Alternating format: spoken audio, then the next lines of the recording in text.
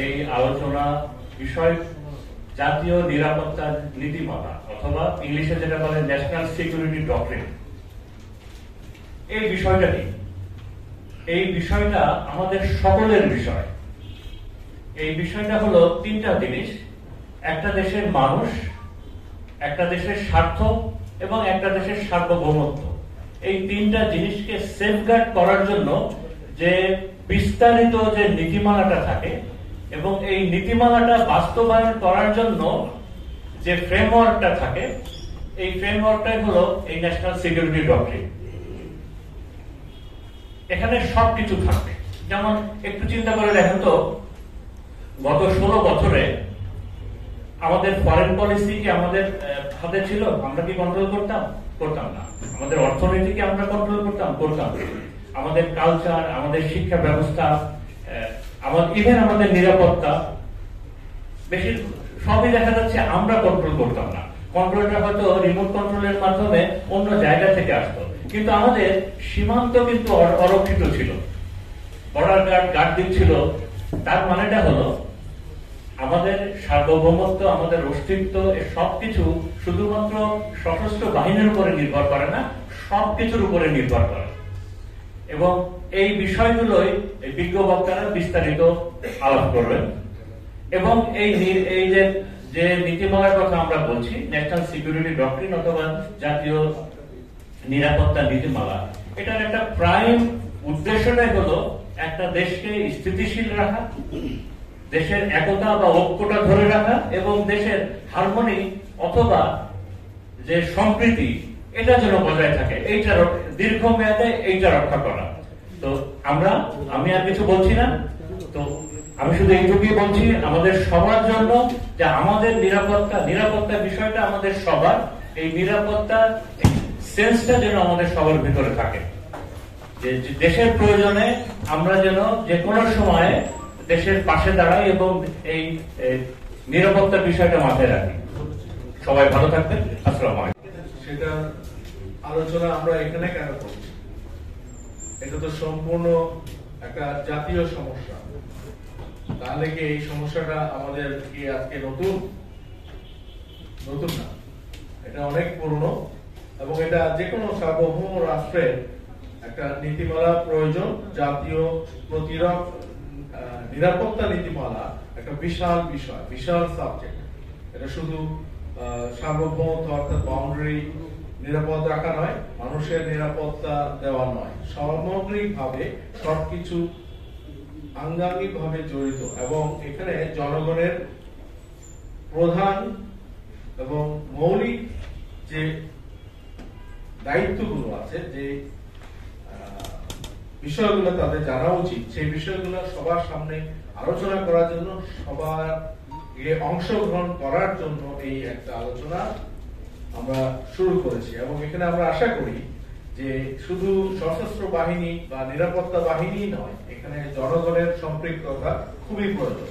কারণ আমরা দেখেছি বিশেষ করে বিগত 17 বছরে অনেক বিষয় আলোচনা হয়েছে টেবিলের নিচ দিয়ে বা অন্ধকার কোন একটা ঘরে বসে, যেটা জাতীয়ভাবে আলোচিত হওয়া উচিত ছিল বা জনগণের সম্পৃক্ততার প্রয়োজন ছিল, সেগুলো হয়নি। যার ফলে এখন আমরা জানতে পারছি যে অনেক চুক্তি হয়েছে আমাদের পার্শ্ববর্তী বন্ধু রাষ্ট্রের সাথে, যেগুলো আমরা জানি না। সেগুলো নিরাপত্তা বিঘ্নিত করে কি করে না, সেগুলো আমরা কেউ জানি না। কিন্তু এখন শুনতে পাচ্ছি মিডিয়ার জন্য বিভিন্ন জায়গায় ছোটখাটো কিছু বিষয় আলোচনা হয়, যেগুলোতে আমরা ধরতে পারি যে না জানি এমন কিছু আমরা দিয়ে বসে আছি, যেগুলো হয়তো আমরা এখনো জানি না যে আমরা কি দিয়ে ফেলেছি। কিছুদিন আগে আপনারা অনেকে মিডিয়াতে হয়তো দেখেছেন, এর মধ্যে একজন অফিসার এনআইডি প্রজেক্টের জাতীয় যে পরিচয়পত্র এনআইডি প্রজেক্ট নিয়ে মিডিয়াতে আসছে, সেই অফিসারের বক্তব্য, এবং এটা আমার দেশ ডিজিটালে প্রকাশিত হয়েছে। সেই বক্তব্যটা শোনার পরে যে কোনো মানুষের এই লোম দাঁড়িয়ে যাবে। কারণ আমরা কেউ এখন আমাদের এই সমস্ত গোপনীয় ব্যক্তিগত তথ্য আমাদের কাছে নেই। কেন নেই? কারা এই জন্য দেয়? কিভাবে এটা সম্ভব হলো? আমরা কেউ জানতাম? কেউ জানতাম। এখন আপনার ঘরে কি হচ্ছে আপনি জানেন না, আপনার বাসায় কি হচ্ছে, আপনার পরিবারের কার বিরুদ্ধে কি করা হচ্ছে আপনি জানেন না। সেভাবেই আমার দেশের জাতীয় তথ্য ভান্ডার আমাদের হাতে নাই। এটা কি একটা মারাত্মক বিষয় না? এরকম অনেক বিষয় আছে যেগুলো সামগ্রিকভাবে আমাদের একটা নিরাপত্তা নীতিমালার অংশ হিসেবে থাকা উচিত। সেই জন্যই নেক্সাস ডিফেন্সের পক্ষ থেকে এই সেমিনারটার আয়োজন করা হয়েছে। আজকেই শুধু শুরু বা আজকেই শেষ না, এটা চলবে এবং আমাদের এখান থেকে একটা সারাংশ আকারে আমাদের প্রস্তাবনাগুলা যেন সরকারের উচ্চতম পর্যায় পর্যন্ত যায় এবং সেখানে যেন এটা আলোচনা হয় এবং সেই আলোচনাগুলো যেন সঠিকভাবে এন্ডোর্স করা হয়, সেটাই আমাদের চেষ্টা থাকবে।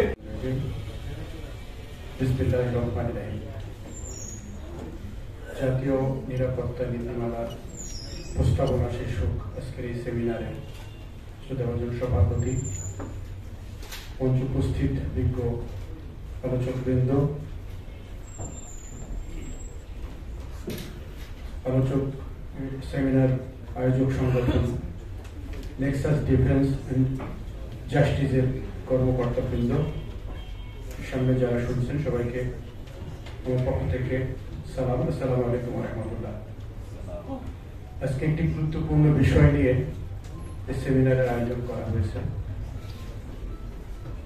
জাতীয় নিরাপত্তা বিষয়টি আলোচনার জন্য তো নিরাপত্তা বিশেষজ্ঞরাই আসলে ভালো আলোচনা করবেন, এটি তাদের সাবজেক্ট। তো আমি একজন গণমাধ্যম কর্মী হিসেবে যে বিষয়টি একটু আপনাদের সামনে তুলে ধরতে চাই, যে দেশের জাতীয় নিরাপত্তাকে সুরক্ষিত করবার জন্য আপনাদের অনেকে জানা আছে যে instruction for security of KPI in Bangladesh, মানে কেপিআই নীতিমালা নামে 1997 একটি নীতিমালা হয়েছিল। তো জাতীয় নিরাপত্তাকে সুরক্ষিত করবার জন্য এখানে যে কেপিআই ভুক্ত যে জায়গাগুলো রয়েছে, কেপিআই অধীনে আমরা যাদেরকে গুরুত্বপূর্ণ স্থাপনা বলি, কারণ সেগুলো হচ্ছে জাতীয় নিরাপত্তার সাথে সম্পৃক্ত। তো আমাদের দেশের সীমান্ত যেমন সুরক্ষিত রাখতে হয় দেশের স্বাধীনতা সার্বভৌমত্ব রক্ষা করবার জন্য, ঠিক একইভাবে গুরুত্বপূর্ণ স্থাপনাগুলো সুরক্ষিত রাখবার জন্য 1997 যে নীতিমালাটি প্রণীত হয়েছিল। তো 2013 এই নীতিমালাকে আবার সংশোধন করে যুগোপযোগী করার চেষ্টা করা হয়েছিল। তো এটিকে বলা হয়েছিল যে দেশের জাতীয় নিরাপত্তাকে সুরক্ষিত করবার জন্য, আরো যুগোপযোগী করার জন্য এটি করা হয়েছে। তো আমার পূর্বের আলোচকদের কাছে শুনেছেন যে আমরা দীর্ঘ 16 বছরে জাতীয় নিরাপত্তার অবস্থাটি কি ছিল, একটি নীতিমালা ছিল, কিন্তু আমাদের যে আমরা কেপিআই ভুক্ত যে স্থাপনাগুলোকে বুঝি, আমরা যদি সেগুলোর বাইরে সবচেয়ে বেশি গুরুত্বপূর্ণ জায়গা হচ্ছে আমাদের সীমান্ত। সেই সীমান্ত কি নিরাপদ ছিল? নিরাপত্তার চাদরে যেখানে ঢাকা থাকবার কথা সেটি নিরাপদ ছিল? আমাদের আকাশ সীমা কি নিরাপদ ছিল? আমাদের জলসীমা কি নিরাপদ ছিল? আমাদের সাইবার সিকিউরিটি কি নিরাপদ ছিল? এই জায়গাগুলো নিরাপদ ছিল না। আর এর বাইরে তো আমাদের অর্থনীতি, আমাদের ব্যক্তি জীবন, আমাদের ব্যক্তির অধিকার, আমাদের বাক স্বাধীনতা, এগুলো কি নিরাপদ ছিল কিনা, এটি যদি আপনাদের কাছে প্রশ্ন করি তাহলে সবাই বলবেন যে এগুলো নিরাপদ ছিল না। কারণ হচ্ছে যে 2013 সালে যে নীতিমালাটি যুগোপযোগী করার নামে আমরা দেখেছি বিগত সরকার তাদের নিজের বাসভবন, নিজের অফিস, নিজের আত্মীয় স্বজনের অফিস, নিজের সন্তান, নিজের উত্তরসূরি যারা হবেন তাদের নিরাপত্তা দেওয়ার জন্য সব ধরনের ব্যবস্থা করেছেন। এদেশের মানুষের নিরাপত্তা রক্ষা করবার জন্য, নিরাপত্তা দেওয়ার জন্য কোনো ব্যবস্থা তাদের হাতে ছিল না। তারা এদেশের যারা এদেশের দেশপ্রেমিক সেনাবাহিনী তাদের জীবন নিরাপদ করবার জন্য কোনো ব্যবস্থা তাদের কাছে ছিল না।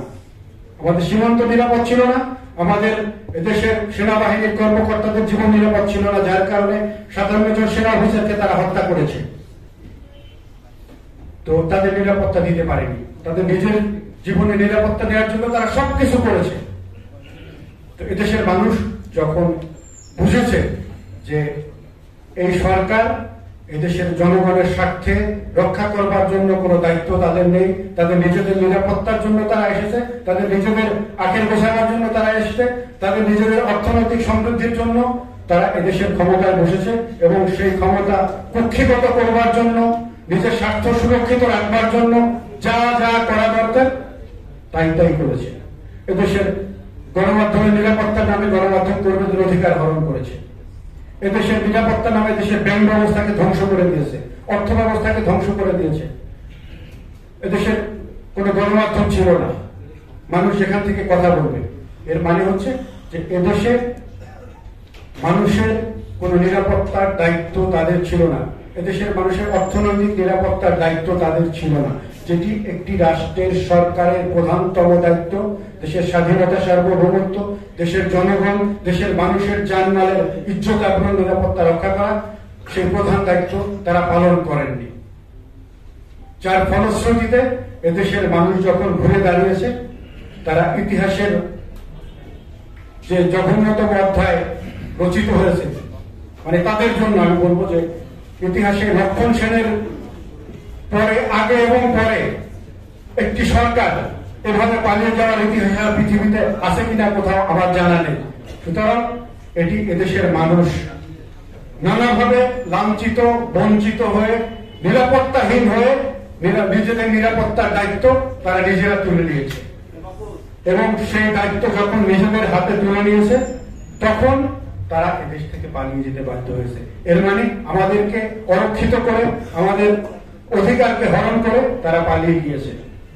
সুতরাং আমি বলতে চাই যে আজকে যে আলোচনা, যে সেমিনারের আয়োজনটি করেছে, যে প্রস্তাবনাগুলো এখান থেকে দেওয়া হয়েছে, বর্তমান সরকারে যারা আছেন, আমি জানি না তারা কতদিন থাকবেন, তো আমরা প্রত্যাশা করেছি যে তারা আরো কিছুদিন থেকে যে সংস্কারগুলো দরকার, এই নিরাপত্তা নীতিমালার ক্ষেত্রে, দেশের বাক স্বাধীনতার ক্ষেত্রে, গণতন্ত্র পুনরুদ্ধারের ক্ষেত্রে, বিচারের সংস্কৃতি চালু করবার ক্ষেত্রে, এদেশের সুস্থ সংস্কৃতি চালু করবার জন্য যে সংস্কারগুলো দরকার, সেই সংস্কারগুলো করা পর্যন্ত তারা থাকবেন এবং এদেশের মানুষের ইজ্জত, আব্রু, জান মাল, অর্থনৈতিক নিরাপত্তার একটি ব্যবস্থা করে।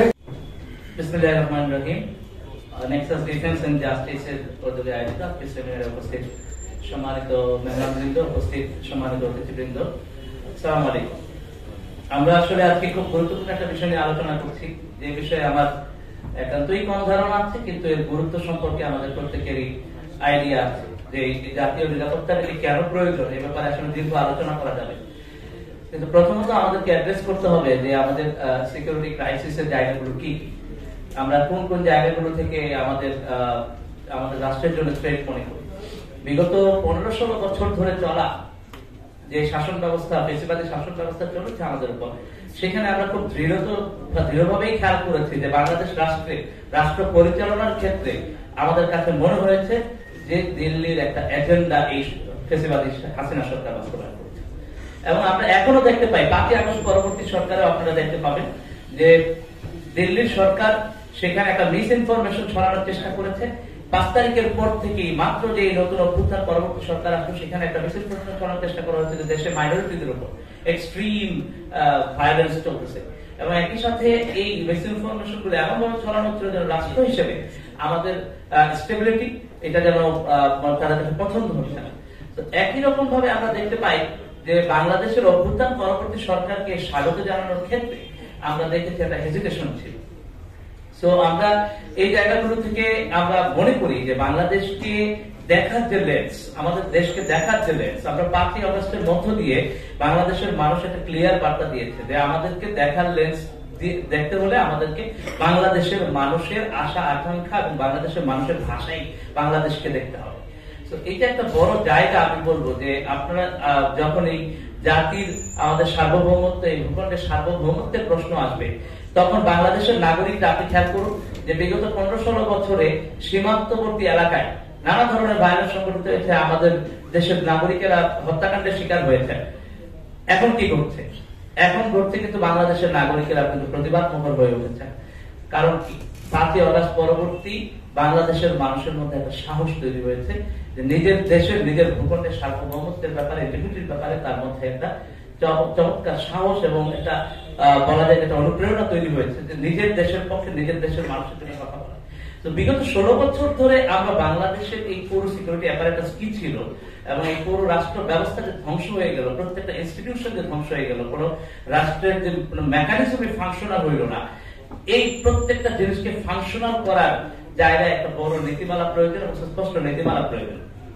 আমি মনে করি যে বাংলাদেশের এই ভূখণ্ডের সার্বভৌমত্বের প্রশ্নে এবং একই সাথে আমাদের বাংলাদেশ এখন যেহেতু জিওপলিটিক্যালি অনেক বেশি ইম্পর্টেন্ট জায়গায় আছে, বিশ্বের বড় বড় সুপার পাওয়ারদের নজর এখানে করেছে, যারাই এই বিশ্ব লিড করে প্রত্যেকেই এই বাংলাদেশ কেন্দ্রিক তাদের নিজস্ব পরিকল্পনার আমরা একটা নড়াচড়া দেখতে পাচ্ছি। সেখান থেকে আমরা মনে করি যে বাংলাদেশের নিজস্ব একটা পলিসি ডেভেলপ করতে হবে, তার সিকিউরিটি নীতিমালা প্রয়োজন এবং একই সাথে বাংলাদেশের যে সামরিক প্রশিক্ষণ এবং আপনার হলো যে বাংলাদেশের যে সামরিক অস্ত্র সহ যে ডিফেন্স ব্যবস্থা, এই প্রত্যেকটা জায়গায় আমি মনে করি যে এটা আধুনিকীকরণ এবং একই সাথে হলো যে এই প্রত্যেকটা ব্যাপারে এক্সপার্টরা বলবেন যে এগুলো কিভাবে করে ডিল করলে এটা প্রাইভেসি মেনটেন করা যাবে এবং একই সাথে হলো এইখানকার আমাদের যে ওয়েপন এবং অলসো এই ডিফেন্স সিস্টেম, এই সিস্টেমের মেকানিজমটা ইনট্যাক্ট থাকবে, এই স্ট্র্যাটেজিটা পার্শ্ববর্তী কারো কাছে প্রকাশিত থাকবে না, যে জায়গা থেকে আমরা উইকার হয়ে যাব।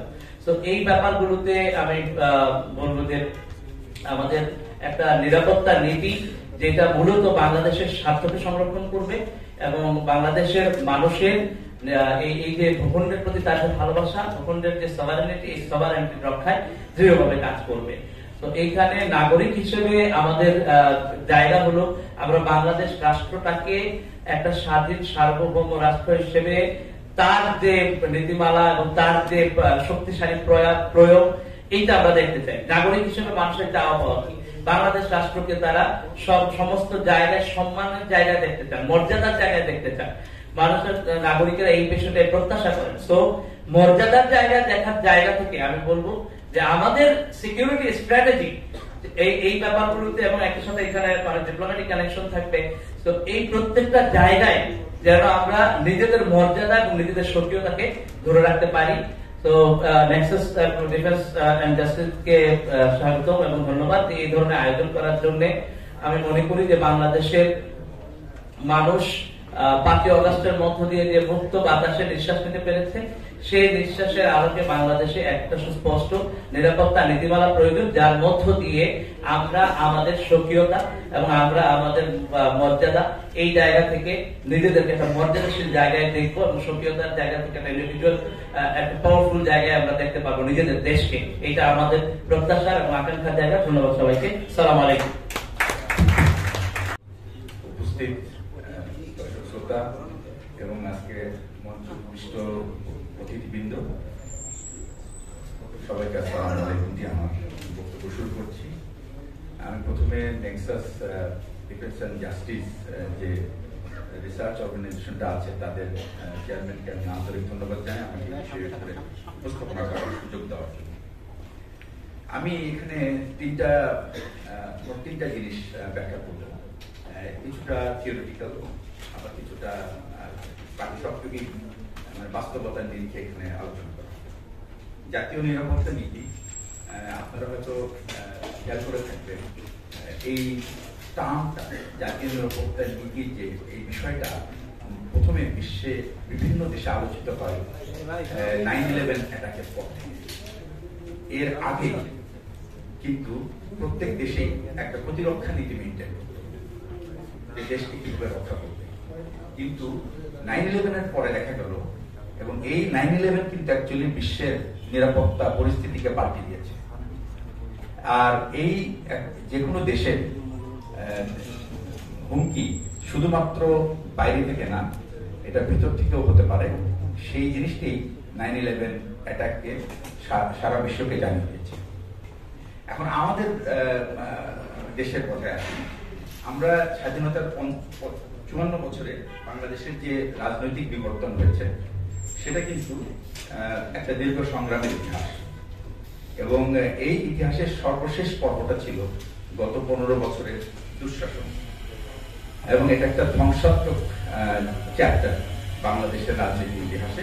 এবং এই ধ্বংসযজ্ঞ কিন্তু বাংলাদেশের ক্ষুব্ধ জনগণ চালায়নি বা অন্য কেউ চালায়নি, এটা রাষ্ট্র নিজেই নিজের ভিতর থেকে নিজেকে আস্তে আস্তে ধ্বংস করে ফেলেছে, এবং পরে তারা একটা মহা স্বৈরশাসকে রূপান্তরিত হয়েছে। এর প্রধান যে কারণটা, এই বেশ কিছু বিষয় আমি এখানে তুলে ধরবো, সেটা হচ্ছে যে 76 বছরের পুরনো আওয়ামী লীগ কিন্তু কখনই সমালোচনাকে তারা সহ্য করতে পারত না, এবং তাদের ইতিহাস আপনি যেটা দেখবেন, এই জন্মই কিন্তু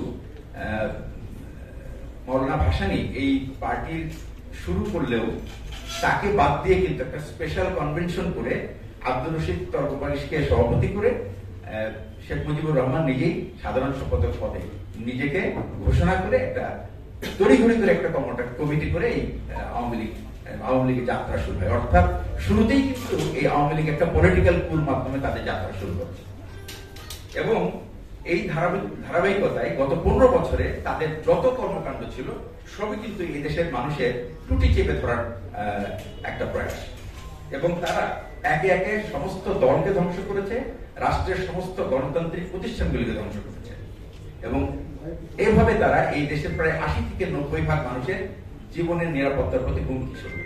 এখন প্রশ্ন আসতে পারে, অনেকেই বলেন যে আওয়ামী লীগের তো 35% ভোট আছে। আওয়ামী লীগের 35% ভোট ছিল কিনা বিগত ইলেকশনগুলির দিকে তাকালেই বোঝা যাবে। 6 থেকে 7% ভোট কাস্ট হতো। যদি কোনো দলের কর্মীরাই শুধুমাত্র ভোট দেয়, সমর্থকরা যদি ভোট দেয়, তাহলে এই 6 থেকে 7% ভোট হওয়ার কথা না। অর্থাৎ এই 15 বছরে তারা শাসনই করেছে, কিন্তু তারা তাদের অ্যাকাউন্টে কাউকে যোগ করতে পারেনি, শুধুমাত্র অর্থই তাদের অ্যাকাউন্টে যোগ হয়েছে। আর এই সমস্ত যে সাংবিধানিক প্রতিষ্ঠানগুলি ছিল, এগুলি সব দুর্নীতি পরায়ণ এবং পাঁচাটা দলীয় কর্মী অথবা প্রশাসনের ভিতরের লোক অথবা বিভিন্ন প্রতিষ্ঠানে কর্মরতরা, তারা এগুলিকে অলঙ্কৃত করেছে। জনগণের অধিকার রক্ষা না করে তাদেরকে জনগণের অধিকারকে হরণ করেছে, এবং এরপরে দেশের সমস্ত কর্মকর্তা, সেটা সামরিক বেসামরিক যাই হোক না কেন, এবং রাজনৈতিক নেতাদের সীমাহীন স্বেচ্ছাচারিতার পথ উন্মুক্ত করে জনসাধারণের রাষ্ট্রের অর্থ লোপাট করার সুযোগ করে দিয়েছে, এবং আইন করে তাদেরকে সেই প্রোটেকশন দেওয়া হয়েছে। এটা উদাহরণস্বরূপ লুটপাটের একটা নমুনা। এখানে আমি 54 কিলোমিটার যে এক্সপ্রেসওয়ে হয়েছে এখন ঢাকা থেকে মাওয়া, এটার ব্যয়ভার হচ্ছে প্রতি কিলোমিটারে বাংলাদেশের কনটেক্সটে এটা 203 কোটি টাকা প্রতি কিলোমিটারের জন্য ব্যয় হয়েছে। অথচ এই দেশে 10 থেকে 20 কোটি টাকার মধ্যে এই মানের একটা এক্সপ্রেসওয়ে তৈরি করা। আরেকটা উদাহরণ হলো কর্ণফুলী টানেল। এই টানেলের দৈর্ঘ্য হলো 3.32 কিলোমিটার। এখানে ব্যয় হচ্ছে প্রতি কিলোমিটারে 3124 কোটি টাকা, এবং এই উপমহাদেশে যত টানেল হয়েছে তাদের ব্যয় কিলোমিটার প্রতি 500 কোটি টাকা। কাজে আপনারা বুঝতে পারছেন যে এখানে কি পরিমাণ লুটপাট হয়েছে। আচ্ছা, এই 15 বছরে যদি আপনি ব্যাংকের বোর্ডের দিকে তাকান, তাহলে দেখে মনে হবে যেন এটা একটা আওয়ামী লীগ, যুবলীগ বা ছাত্রলীগের কমিটি, তাদের যে পরিচালনা বোর্ড, এবং এইভাবে লুটপাটের ফলে মানুষের অর্থনৈতিক নিরাপত্তাকে চরম হুমকির মুখে ফেলে এই স্বৈরাচার পালিয়ে গেছে, এবং এতে তারা যখন পালিয়ে গেছে, তারপরে আমাদের দেশের খাদ্য নিরাপত্তা এবং জ্বালানি নিরাপত্তা এক মহাসংকটের মধ্যে আবর্তিত। আর যে কারণে বর্তমানে মাননীয় প্রধান উপদেষ্টাকে দেশে দেশে ঘুরতে হচ্ছে তার এই সমস্ত ঋণ মাফ করার জন্য। এটা খুবই অপমানজনক একটা ব্যাপার একটা রাষ্ট্রনায়কের জন্য, তার দেশের জন্য এই কাজ করতে যায়, এবং এটা করতে হয়েছে এই স্বৈরাচারের লুটপাটের ফলে। এর চেয়েও সাংঘাতিক হলো বিদেশি গোয়েন্দা সংস্থা বা ভারতের গোয়েন্দা সংস্থা দেশের সকল জাতীয় এবং সশস্ত্র বাহিনীর গোয়েন্দা সংস্থাকে নিজেদের নিয়ন্ত্রণে নিয়ে দেশের সশস্ত্র বাহিনী, বেসামরিক প্রশাসন এবং বিচার বিভাগের নিয়ন্ত্রণ কুক্ষিগত করে রাখে। ভারতের স্বার্থ উদ্ধারে তারা নিয়োগ, পদোন্নতি এবং পদায়ন করতে সক্ষমতা অর্জন করে। এমনকি সংসদ সদস্য মনোনয়নের জন্য ভারতীয় দূতাবাসের আশীর্বাদ প্রয়োজন। এদেশের কিছু অলিগার্ড বাংলাদেশের অর্থনীতি এবং বাজার নিয়ন্ত্রণ করে একদিকে জনগণের অর্থ লুটপাট করেছে, অপরদিকে জনগণকে শোষণ করে ক্রমাগত মানুষের জমানো পুঁজি ভেঙে ফেলতে বাধ্য করেছে, এবং তাদেরকে তাদের ভবিষ্যৎ নিয়ে হুমকির মুখে ফেলেছে। এবং সবশেষে 17 জুলাই থেকে 5 আগস্ট পর্যন্ত কমপক্ষে 1400 ছাত্র জনতাকে হত্যা করে এবং 20,000-এর উপর মানুষকে স্থায়ীভাবে বন্ধুত্ব বরণ করতে বাধ্য করে এই দেশ থেকে জেগে বসা এই সুরের শাসিনা সে নিজে তার আত্মীয় স্বজন, দলবল, সংসদ সদস্য, বিচারপতি, পুলিশ কর্মকর্তা, সশস্ত্র বাহিনীর কর্মকর্তা সবাইকে সহ দেশ থেকে পালিয়ে গেছে। এটা একটা অসম্ভব, একটা অবিশ্বাস্য ব্যাপার যে কোনো জাতির জন্য। এবং এই চিত্র স্পষ্টভাবে ইঙ্গিত করে যে বাংলাদেশের ভূখণ্ড এবং বাংলাদেশের মানুষ গত 15টি বছর কতটা নিরাপত্তাহীন ছিল। তাই এটি উপযুক্ত সময় যে জাতীয় নিরাপত্তা নীতিমালা তৈরি করা, যাতে আমরা আমাদের শুধু ভূখণ্ড নয়, আমরা আমাদের মানুষকেও যথাযথভাবে নিরাপদ রাখতে পারি। এবং এইভাবে এই নিরাপত্তার নীতির উদ্দেশ্য হবে আমাদেরকে একটা খাত সহ যাতে রেজিলিয়েন্ট নেশন হিসেবে গড়ে তোলা। তো এটা করার জন্য যে 3টা বিষয় আমি আমার বিবেচনায় নিয়েছি, একটা হচ্ছে জাতীয় স্বার্থ। জানতে হবে যে আমাদের স্বার্থটা কি। আমাদের স্বার্থ প্রধানত 2টা, একটা হলো রাষ্ট্রের ভূখণ্ড রক্ষা করা, আর 2 নম্বর হচ্ছে একটা স্বাধীন স্বাবলম্বী জাতি তৈরি করা। এবং গত 54 বছরের এবং সবশেষ 15 বছরের যদি ইতিহাস পর্যালোচনা করা যায়, তাহলে আমরা কেন এমন কোন নেশন হতে পারলাম না যেখানে আমরা 1 ইঞ্চি আমরা সামনের দিকে এগোতে পারি না। সত্যিকার অর্থে যদি দেশের অ্যাডভান্সমেন্ট বা দেশের প্রোগ্রেসের কথা হয়, আমরা কিন্তু তেমন প্রোগ্রেস করতে পারি না। এবং এটার মূল কারণ মোট 3টা আমার দৃষ্টিতে। এক হচ্ছে যে আমরা একটা বিভাজিত জাতি, কোনো কারণ ছাড়া বিভাজিত জাতি, শুধুমাত্র স্বার্থের উপর ভিত্তি করে, যার ফলে যে যখন ক্ষমতায় এসেছে সে তখন রাষ্ট্রীয় যে গণতান্ত্রিক যে প্রতিষ্ঠানগুলিকে এগুলিকে দুর্বল করে রেখেছে, যার ফলে এই দেশে কখনো সুশাসন হয়নি।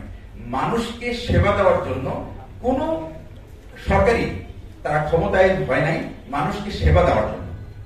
এই নীতি থেকে যদি হতো তাহলে মানুষের ঘরে তারা সেবা পৌঁছে দিতে পারত। আমি একটা উদাহরণ দিব। যে কোনো প্রাইভেট ব্যাংকে আপনি যান, তার ক্লায়েন্টদেরকে সেবা দেওয়ার জন্য কিন্তু ব্যাংক ব্যতিব্যস্ত হয়ে পড়ে, আর যারা বেশি অর্থ জমা রাখে তাদের জন্য একটা স্পেশাল ট্রিটমেন্ট। বাংলাদেশের মানুষকে কিন্তু বাংলাদেশের সরকার সেইভাবেই গ্রহণ করা উচিত, কারণ বাংলাদেশের মানুষ তাদের অ্যাসেট, এবং এই মানুষদেরকে যদি সন্তুষ্ট করতে পারে তাহলেই তারা বারবার ক্ষমতায় ফেরত আসতে পারত। কিন্তু এই বিবেচনায় থেকে কখনোই রাষ্ট্রীয় ক্ষমতা কেউ শাসন করে নাই। বৈষম্যমূলক বন্টন ব্যবস্থা, অর্থনৈতিক বন্টন ব্যবস্থা, এবং এটা এমন ভাবে করা হয়েছে যেন লুটপাট করতে খুব এখানে তো জবাবদিহিতা নাই, ফলে লুটপাট করা খুব সহজ। এবং এই লুটপাটের ফলে লুটপাটে যারা জড়িত, একটা হচ্ছে যে আমরা সাদা দৃষ্টিতে দেখতে পাই রাজনীতিবিদদের লুটপাট করছে, আসলে কিন্তু লুটপাটের পটভূমিকে কিন্তু তৈরি করে দিচ্ছে প্রশাসনের কর্মকর্তারা। এবং এই প্রশাসনের কর্মকর্তারা কখনোই এই জবাবদিহির আওতায় আসে না। সবসময় প্রতি 5 বছর পরপরই কিন্তু রাজনীতিবিদদেরকেই কিন্তু সেই জবাবদিহিতার মধ্যে আসতে হয়, যদি তারা এমন কোনো অপকর্ম করে থাকে এবং এর কোনো সীমা নেই। এরপরে যেটা সেটা হচ্ছে যে আমাদের প্রয়োজনের তুলনায় অপ্রতুল বরাদ্দ, এবং যার ফলে আমাদের মানুষ অপুষ্টিতে ভোগে এবং তারা তাদের জমানো অর্থ বেশিরভাগ ব্যয় হয় শেষ জীবনে শুধুমাত্র স্বাস্থ্য ব্যয় থাকে। অথচ আমরা দেশকে যদি আমরা পুষ্টি যদি যোগান দিতে পারতাম এবং ঠিকভাবে যদি মানুষকে গড়ে তুলতে পারতাম, অথবা তাদের সার্ভিস যদি তাকে দিতে পারতাম, তাহলে কিন্তু তাদের এই জমানো অর্থ তাদের নিজের তাদের স্বাস্থ্য খাতে ব্যয় করতে হতো না। স্বাস্থ্য সেবা একটা সেবা যেটা সরকার তার নিজ দায়িত্বে এটা জনগণের জন্য দেওয়া উচিত। তাহলে যদি সামারি করি, তাহলে যে জাতীয় স্বার্থ যে বিষয়গুলি, সেটা হচ্ছে প্রথম কথা হচ্ছে যে আমাদের ভূখণ্ডের অখণ্ডতা এবং সার্বভৌমত্ব, দ্বিতীয় হচ্ছে একটা জাতির অর্থনৈতিক নিরাপত্তা, তৃতীয় হচ্ছে দেশের সকল গোয়েন্দা সংস্থা এবং বাহিনীরা যেন প্রভাবমুক্ত ভাবে দেশের রক্ষা করতে পারে সেই ব্যবস্থা করা, দেশের যত আভ্যন্তরীণ নিরাপত্তা ব্যবস্থা আছে তারা যেন দেশের মানুষকে নিরাপদ রাখতে পারত এবং তাদের উপরে যেন তারা দুঃশাসন না চালায়, দেশকে দুর্নীতি মুক্ত করা এবং দেশের যে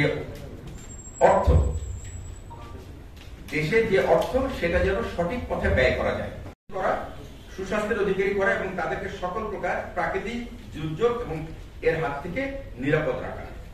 দেশের সকল ধরনের তথ্য, অর্থাৎ অর্থনৈতিক তথ্য, ব্যক্তিগত তথ্য, প্রতিরক্ষা সংক্রান্ত তথ্য, এই সমস্ত যেমন অপরাধী, হ্যাকার বা অন্য যে কোনো প্রতিক্রিয়াশীল শক্তির কাছে না যায় এবং তাদের কাছ থেকে নিরাপদ রাখা, এই হলো দেশের সাধারণ মানুষের আকাঙ্ক্ষা। এবং এই নীতিটি প্রয়োগে যাদের ভূমিকা সবচেয়ে বেশি প্রয়োজন, অর্থাৎ এটা আর প্রতিরক্ষার মধ্যে সীমাবদ্ধ নয়, আমার দৃষ্টিতে এখানে সবারই দায়িত্ব আছে এবং সবাই এর স্টেক হোল্ডার।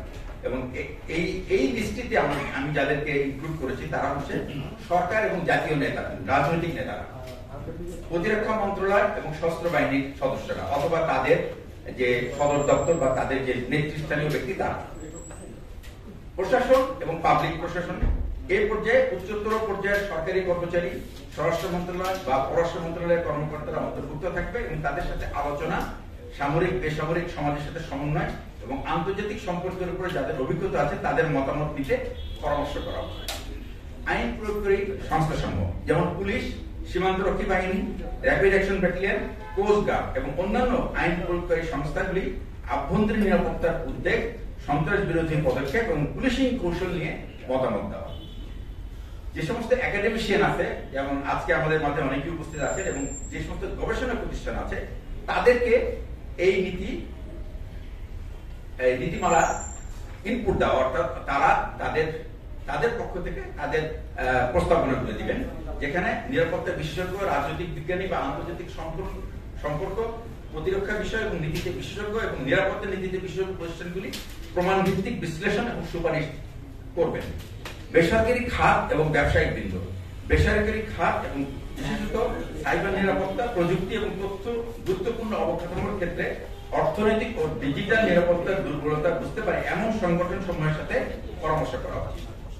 মিডিয়া এবং সামাজিক সংগঠনগুলি, সাংবাদিক, মানবাধিকার সংগঠন এবং অন্যান্য মানবাধিকার গবেষণা প্রশিক্ষণ সমৃদ্ধ জনসাধারণের মনোভাব, সামাজিক কাঠামো এবং নিরাপত্তা নীতির স্বাধীনতা ও গণতন্ত্রের উপর প্রভাব সম্পর্কে গুরুত্বপূর্ণ দৃষ্টিভঙ্গি দিতে পারে।